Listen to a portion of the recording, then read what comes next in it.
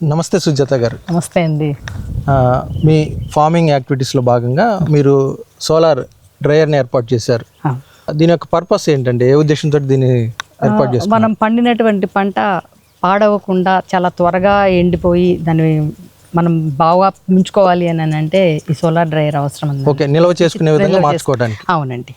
Okay, మనం ఓపెన్గా dry చేసిన దానికి ఈ సోలార్ డ్రైయర్లో డ్రై చేసిన దానికి డిఫరెన్స్ ఏముందండి? దీనిలో బెనిఫిట్స్ ఏమి వస్తున్నాయి? దీనిలో వచ్చేసరికి న్యూట్రిషనల్ వాల్యూస్ ఏవి కూడా తగ్గవు మనకి. అలాగే కలరు కూడా అసలు మనకి అంటే పెట్టిన కలరు పెట్టినట్లే ఉంటుంది, చాలా త్వరగా ఎండిపోతుంది. సో మనకి ఏంటంటే తొందరగా ఎండిపోతుంది, న్యూట్రిషనల్ వాల్యూస్ అలాగే ఉండిపోతాయి. కాబట్టి ఇది మనకి చాలా హెల్ప్ అవుతుందని చెప్పేసి ఆలోచించి మేము ఈ సోలార్ డ్రైయర్ని ఏర్పాటు చేయడం జరిగింది. టెంపరేచర్ వైజ్ అంటే ఓపెన్గా ఎలా ఉంది, మరి ఇప్పుడు మీకు సోలార్ డ్రైయర్లో ఎలా ఉంటుంది, ఆ వ్యత్యాసం ఎలా ఉంటుంది?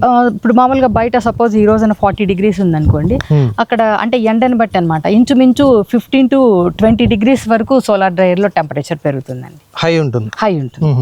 సో అప్పుడు ఏంటంటే తొందరగా ఎండిపోవటానికి కారణం అవుతుందండి. తర్వాత మాయిశ్చర్ లేకుండా ఉండటానికి దానికి ఫ్యాన్స్ అవన్నీ ఉన్నాయి. సో మాయిశ్చర్ కూడా చాలా ఫాస్ట్గా పోతుంది. ఓకే, సో దానివల్ల ఏంటంటే ఎండటానికి మనకి తొందరగా ఎర్లీగా ఎండటానికి ఆస్కారం ఉంటుంది. క్వాలిటీ వైజ్ కూడా క్వాలిటీ కూడా ఎక్కడ ఏమి మీకు తేడా రాదు. ఇప్పుడు మీరు ఏర్పాటు చేసిన ఈ సోలార్ డ్రైయర్ మెజర్మెంట్స్ ఏంటండి?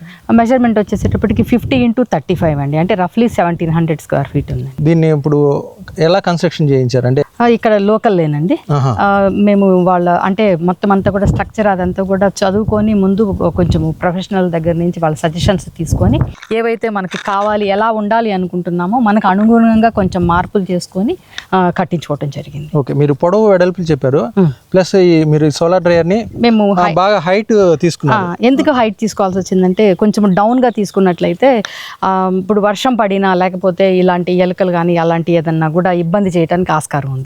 సో వాటి నుంచి మనము కొంచెం రక్షణ పొందాలి అని అంటే కొంచెం హై రైజ్డ్ చేస్తే కాస్ట్ పరంగా కొంచెం ఎక్కువ అవుతుంది. బట్ కానీ ఏంటంటే మనకి దాని ఒక విలువ కాపాడుకోవటానికి ప్లస్ ఏంటంటే వర్షం పడినప్పుడు వర్షం లోపలికి వెళ్లకుండా ఉండటానికి అన్ని ఆలోచించుకొని ఇబ్బందులు రాకుండా ఉంటుందని చెప్పేసి మేము దాన్ని హైట్గా చేసి ఎటువంటి వాతావరణ పరిస్థితుల్లో కూడా మీకు ఇబ్బంది కాకుండా కోసం. అవునండి.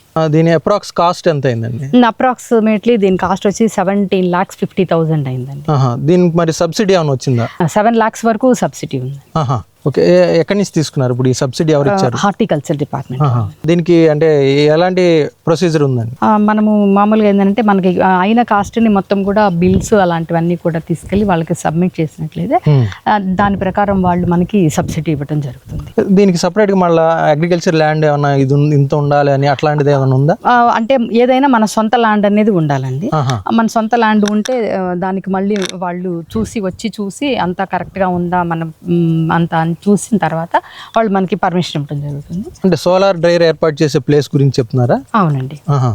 ఆ ప్లేస్ ఉంటే చాలు. ఆ ప్లేస్ ఉంటే చాలు. ఓకే, ఇప్పుడు మరి ఈ సోలార్ డ్రైయర్ని యూజ్ చేసుకుని ఏ కేటగిరీస్ మీరు దీనిలో డ్రై చేస్తున్నారు?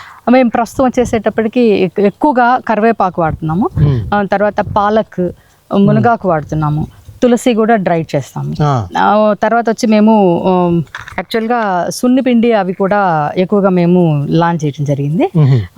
సున్నిపిండికి కావాల్సినటువంటి ఈ మామూలుగా మెడిసినల్ ఉంటాయి కదా ప్లాంట్స్ యొక్క వేర్లు, రూట్స్ అలాంటివి కూడా తీసుకొచ్చి మేము ఎండబెట్టడం జరుగుతుంది. అలాగే అశ్వగంధ, ఆమ్లా వాడుతున్నాము. ఇవన్నీ కూడా డ్రై చేయడం జరుగుతుంది. ఓకే, దీనిలో అంటే లీఫ్ కేటగిరీతో పాటు అంటే మనం వెజిటబుల్స్ కానీ ఫ్రూట్ వెరైటీస్ కానీ ఆ విధంగా తీసుకున్నట్లయితే ఏమేమి డ్రై చేయొచ్చు దీనిలో? మేము అంటే వెజిటబుల్స్ వచ్చేసేటప్పటికి బెండలు చేయొచ్చు, బాగా కాకర చేయొచ్చు, బాగా దొండకాయ చేయొచ్చు, మిగతా మామూలుగా క్యారెట్ చేయొచ్చు, బీట్రూట్ చేయొచ్చు. తర్వాత పాలక్ అయితే మేము ఆల్రెడీ చేస్తున్నాం బాగా. ఇంకా ఇవన్నీ తక్కువ వాల్యూ అంటే ఏబీసీ పౌడర్ చేస్తాం కదా, దానికి సంబంధించి వాటి అంటే మేము చేసే ప్రతి ప్రోడక్ట్ని కూడా మేము ఇక్కడ మా సోలార్ డ్రైయర్లోనే ఎండబెట్టుకొని మేము వాడుకోవటం జరుగుతుంది. ఫ్లవర్స్ వచ్చేసేటప్పటికి ఎక్కువగా గులాబీలు ఎండబెడతాము, మందారాలు ఎండబెడతామండి, అలాగే మల్లెపూలు, మరువము అవన్నీ కూడా డ్రై చేయడం జరుగుతుంది. ఫ్రూట్స్ లో వచ్చేసేటప్పటికి మామిడి, జామ, సపోటా అలాంటివన్నీ కూడా ఎండబెట్టడం జరుగుతుంది. పొలం నుంచి తీసుకొచ్చిన క్రాప్ అనేది ఏ విధంగా అసలు ప్రాసెస్ ఏ విధంగా జరుగుతుంది లోపలికి వెళ్ళే వరకు? యాక్చువల్గా ఇక్కడ వచ్చేసేటప్పటికి డైరెక్ట్ గా పొలం నుంచి మన దగ్గరికి కట్ చేసి తీసుకోగానే మనం మనకి వచ్చేస్తుంది. వచ్చేసిన తర్వాత ఇక్కడ మేము దానికోసమని సపరేట్ గా ఒక 2 పెద్ద పెద్ద తొట్టులు కట్టడం జరిగింది. వాటి నిండా మామూలుగా వాటర్ విత్ సాల్ట్ వేస్తాం. సాల్ట్ ఎందుకంటే దాంట్లో ఏదైనా చిన్న చిన్న మనకు తెలియకుండా ఉన్న పురుగులు కానీ అలాంటివి ఏమన్నా కూడా ముందు స్టెప్ లోనే క్లీన్ అవుతుంది. ఇక్కడ మేము 3 సార్లు క్లీన్ చేయడం జరుగుతుంది. సో ఏంటంటే ఫస్ట్ సిమెంట్ తొట్లలో 2 సార్లు, తర్వాత డ్రమ్ముల్లో వేసేసి వాటిని కూడా మళ్ళీ నీట్ గా క్లీన్ చేసేసి వాటిని తీసుకొచ్చి ముందు అక్కడే నీళ్ళన్నీ కూడా మొత్తం అంతా కూడా ఒడిపోయేలాగా నీళ్ళన్నీ పోయేలాగా ఆరపెట్టేసి ఒక 10-15 minutes లో ఆ నీళ్ళన్నీ కూడా అయిపోయిన తర్వాత తీసుకెళ్లి సోలార్ డ్రైయర్లో పెట్టేస్తాం. అప్పుడు ఏంటంటే ఆ వాటర్ అదంతా ఇక్కడే మనకి క్లీన్ అయిపోయి మొత్తం పోతుంది కాబట్టి యూనిట్లోకి వెళ్ళిపోయిన తర్వాత ఇంచుమించు ఒక 24 hours లో మనకి యాజ్ ఇట్ ఈస్గా డ్రై లీఫ్ బయటకు వచ్చేస్తుంది. ఇప్పుడు సమ్మర్లో అయితే జస్ట్ మనకి ఒక 24 hours లోనే ఆకు మొత్తం కూడా డ్రై అయిపోయి మ్యాక్సిమం డ్రై అయిపోతుంది. సో మనం ఇంకా ఒక 24 hours తర్వాత దాన్ని తీసుకొని బ్యాగ్స్లో పెట్టుకొని సీల్ చేసేసుకుంటే ఒక 1 year వరకు మనం దాని వంక చూడకపోయినా కూడా అది యాజ్ ఇట్ ఈస్గా అలాగే దాని విలువలు ఏమాత్రం కలర్ కానీ ఏది కూడా చేంజ్ అవ్వకుండా అలాగే ఉండిపోతుంది.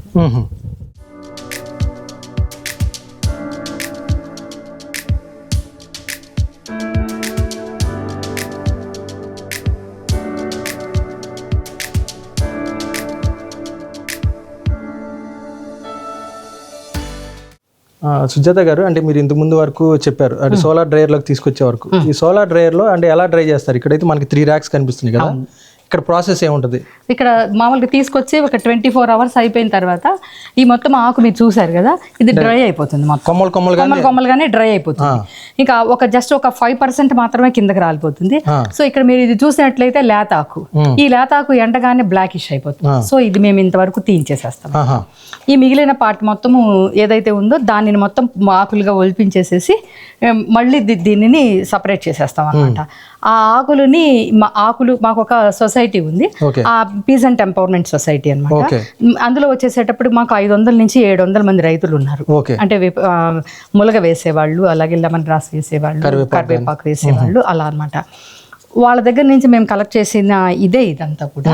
ఇప్పుడు ఈ విధంగా అంటే పొడి అన్నారు కదా, అంటే ఈ విధంగా పౌడర్స్ గా ఏమేమి తయారవుతున్నాయి? పొడిగా వచ్చేసేటప్పటికి మునగ, పాలక్ వస్తుంది, కరివేపాకు వస్తుంది, 3 వస్తుంది. డ్రై అయిపోయినాక ఇప్పుడు ఈ మండల నుంచి ఆకులు ఎలా అంటే ఇట్లా రాల్చేస్తారా? లేదు, కోస్తాం, ఇట్లా దూసేస్తాం, ఇలా దూయటమే జరుగుతుందండి. ఇట్లా మామూలుగా దూయించేస్తాం. దూస్తే చాలా ఈజీగా, అంటే జస్ట్ ఊరికి మనం ఇలా అనుకుంటూ అయిపోగానే ఎండిపోతాయి కదా, ఈజీ ప్రాసెస్ లో మనకి బయటకు వచ్చేస్తాం. ఓకే, మీరు మార్కెట్ లోకి పౌడర్స్ అంటే ఏ నేమ్ తోటి రిలీజ్ చేస్తారు? సేమ్ మా సొసైటీ నేమ్ అండి, పీజెంట్ అనే బ్రాండ్ తోటి మేము అదే మార్కెట్ లోకి తీసుకొచ్చాము.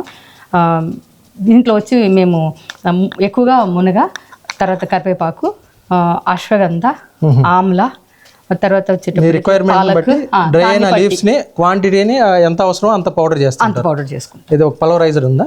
పల్వరైజర్ ఉందండి, పల్వరైజర్ ఉంది.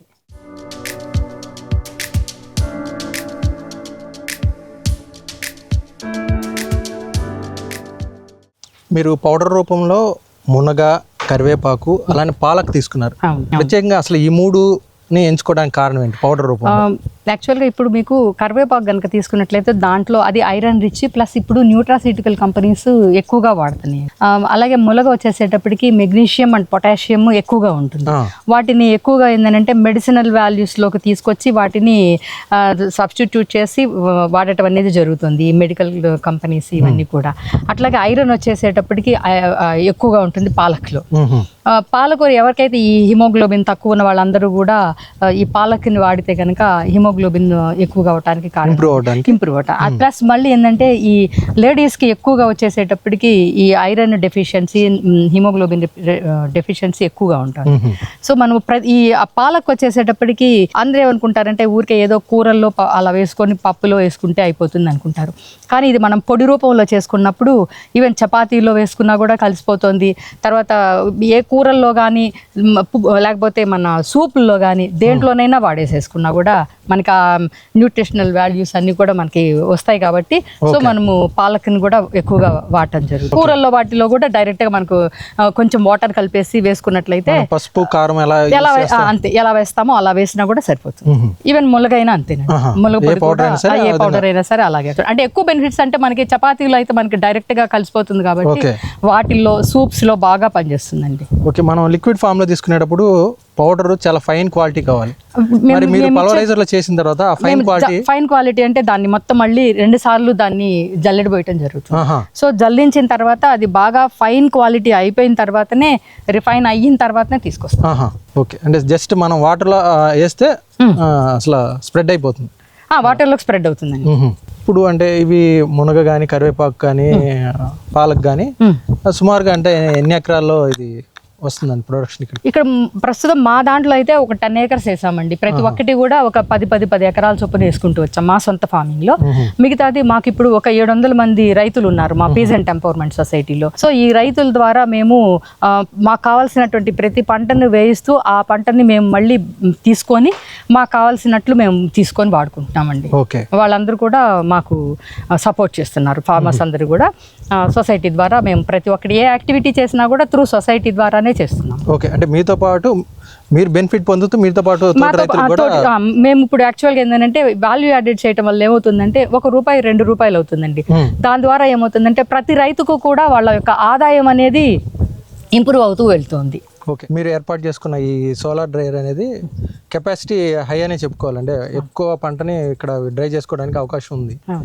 మరి ఇది కేవలం మీరు యూటిలైజ్ చేసుకోవడమేనా అంటే లేదంటే మీ సొసైటీ రైతులేనా అంటే ఇతర సొసైటీ మీ సొసైటీలో లేని ఇతర రైతులు ఎవరైనా వచ్చి ఇక్కడికి వచ్చి ఈ సర్వీస్ని యూజ్ చేసుకోవచ్చా? యాక్చువల్గా ఇప్పటివరకు మేము ఏంటంటే మా దగ్గర ఉన్నటువంటి రైతులకి కాస్ట్ టు కాస్ట్ ఛార్జ్ తోటి హెల్ప్ చేస్తున్నాము. ఓకే, కాస్ట్ అంటే దేని పర్పస్ అంటే వాళ్ళు తీసుకొచ్చిన తర్వాత వాళ్ళ పంటని దాన్ని క్లీన్ చేయించేసేసి వాష్ చేయించేసి రాగా తీసుకొచ్చిన తీసిన దాన్ని మేము డ్రై చేసి వెనక్కి ఇచ్చేసేసేటందుకు అయిన ఖర్చు, తర్వాత దాన్ని మళ్ళీ క్లీనింగ్ చేసుకోవడానికి అయినటువంటి ఖర్చు మాత్రం తీసుకొని వాళ్ళకి మేము పంటని యాజ్ ఇట్ ఈస్గానే అప్ చెప్తామండి. దాంట్లో మేమేమి ₹1 ఆశించము. మా అంటే ఎవరైతే ఆర్గానిక్ IPM ICM మెథడ్లో ఎవరైతే రైతులు మిగతా వాళ్ళు ఎవరన్నా కనుక ఫాలో అయినట్లయితే మేము ఖచ్చితంగా వాళ్ళకి హెల్ప్ చేస్తాం. ఓకే సుజాత గారు, అంటే మీరు ఫార్మింగ్లో ఒకవైపు అంటే వ్యవసాయం చేసుకుంటూ డిఫరెంట్ యాక్టివిటీస్ అంటే ఇప్పుడు సొసైటీ కావచ్చు, లేదంటే ఆయిల్ ఎక్స్ట్రాక్షన్ కావచ్చు, లేదంటే ఇట్లానే ఈ పాలి డ్రైయర్ ద్వారా డిఫరెంట్ యాక్టివిటీస్, లేదంటే మీరు మార్కెటింగ్ స్ట్రాటజీస్ని యూజ్ చేసుకుంటూ మీరు బెనిఫిట్ పొందుతూ రైతులకు కూడా బెనిఫిట్ కలుగజేస్తున్నారు. ప్లస్ మీ వివరాలన్నీ కూడా మన రైతు సోదరుల కోసం తెలియజేసినందుకు మీకు ప్రత్యేకించి ధన్యవాదాలు. ఈ వీడియో మీకు నచ్చితే లైక్ చేయండి, ఇతరులకు షేర్ చేయండి. వీడియోపై మీ అభిప్రాయాన్ని కామెంట్ రూపంలో తెలపండి. మరిన్ని వ్యవసాయ వీడియోల కోసం రైతు నేస్తం యూట్యూబ్ ఛానల్ ని సబ్స్క్రైబ్ చేయండి. పక్కనే ఉన్న గంట సింబల్ నొక్కి నోటిఫికేషన్స్ ద్వారా తాజా వీడియోల సమాచారం పొందండి.